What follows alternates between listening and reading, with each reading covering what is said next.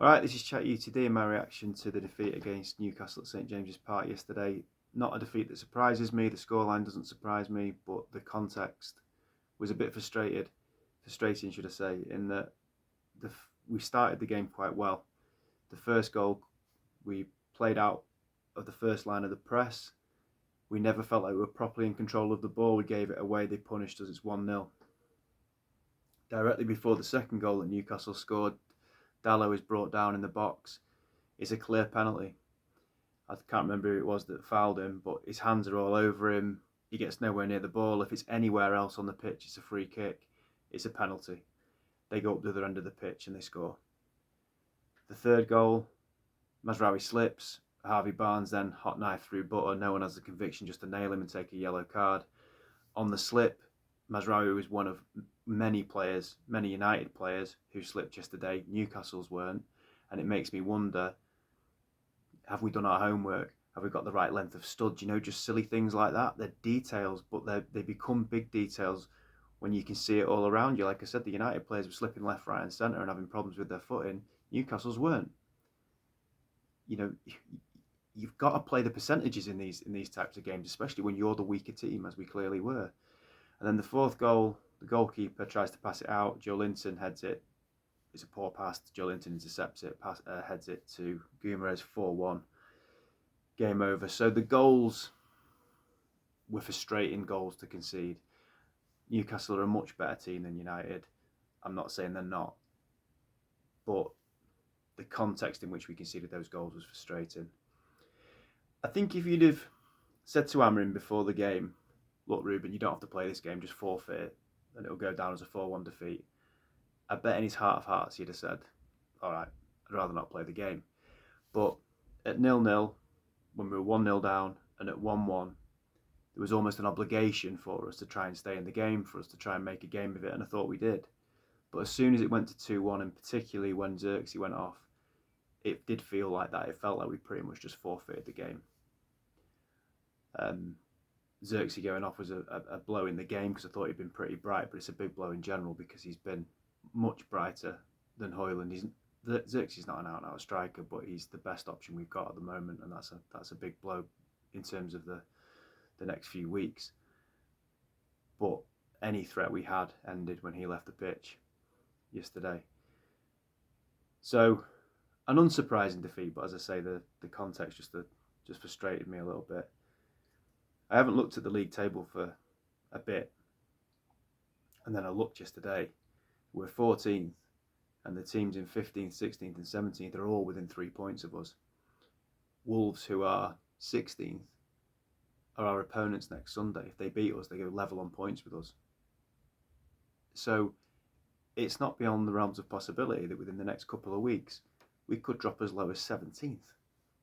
We could be fourth from bottom of the Premier League table, one place outside the relegation zone.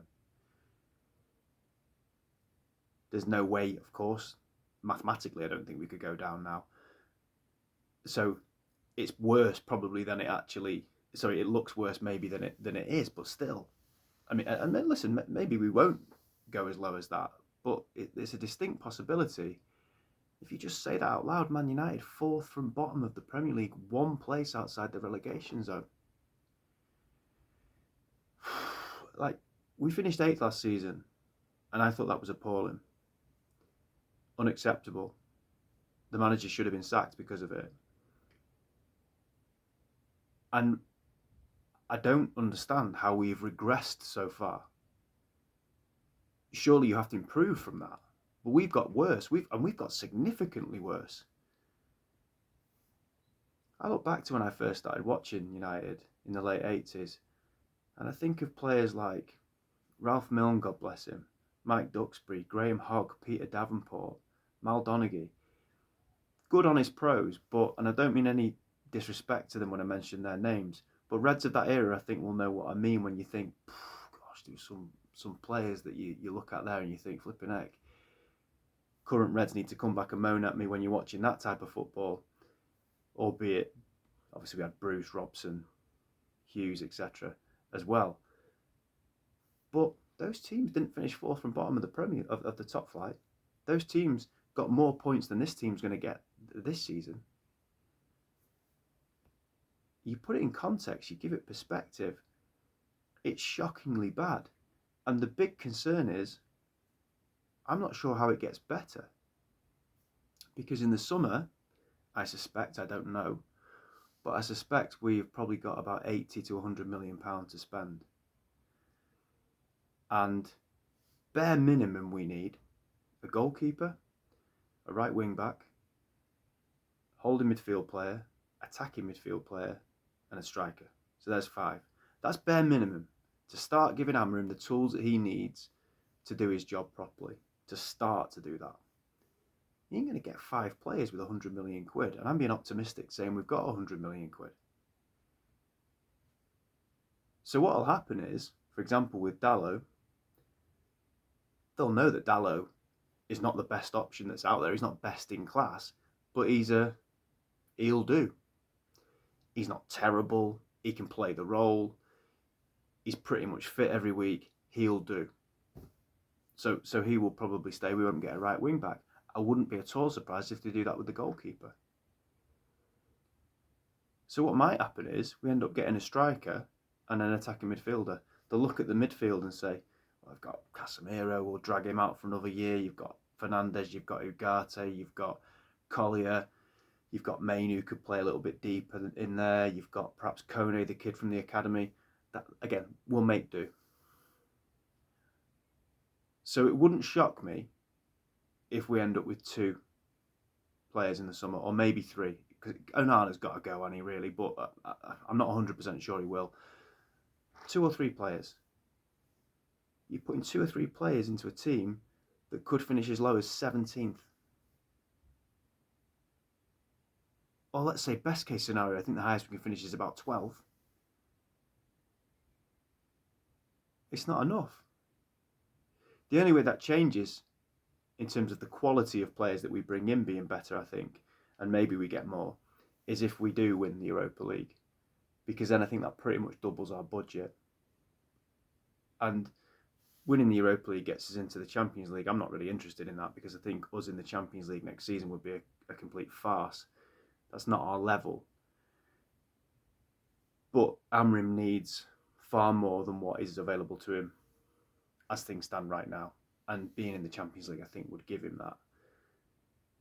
And at least then he's got some of the tools to try and do his job. Because I think even if we get in the Champions League, I think we're staring down the barrel of another season like this. We've got to be careful because if you look at that regression from last season, 8th, to where we could finish this season, if we regress again next season from where we are now, you could be in serious trouble.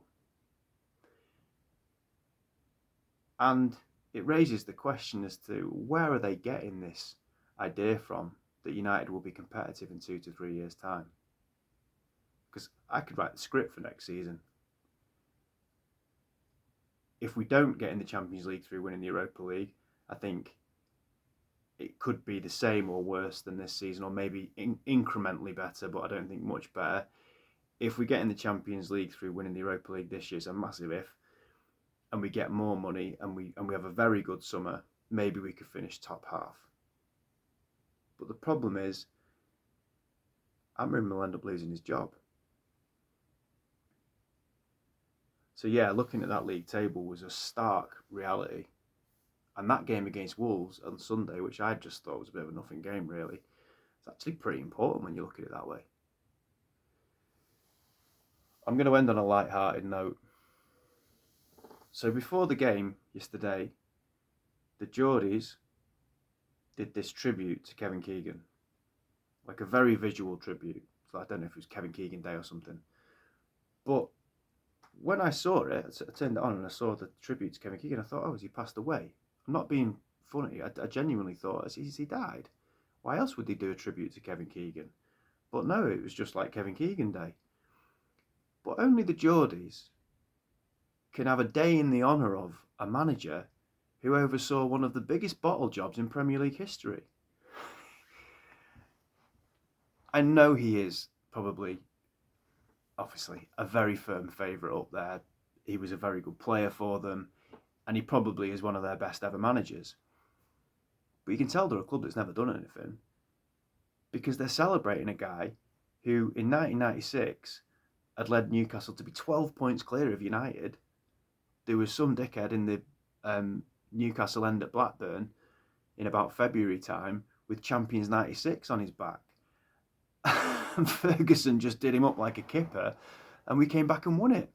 But not only are they celebrating him, they're celebrating him against the club that clawed that gap back and made a mockery of him. I thought only the Geordies could do something like that. You can tell they're a club without much history. It really tickled me and cheered me up on a day when United did very little to cheer me up. Newcastle, in some way, are the gift that keeps giving in those types of in that type of respect. So, at least that made me smile. So I will do another video before the Lyon game, which obviously becomes, well, it's not becomes, it is. It's a massive game. Everything I've said today, by the way, is not particularly thinking about the place in the league table and what we're going to do next season. That would all stand whatever happened yesterday. But obviously, having lost yesterday and then looking at that league table, it just makes it even more stark in the position we're in.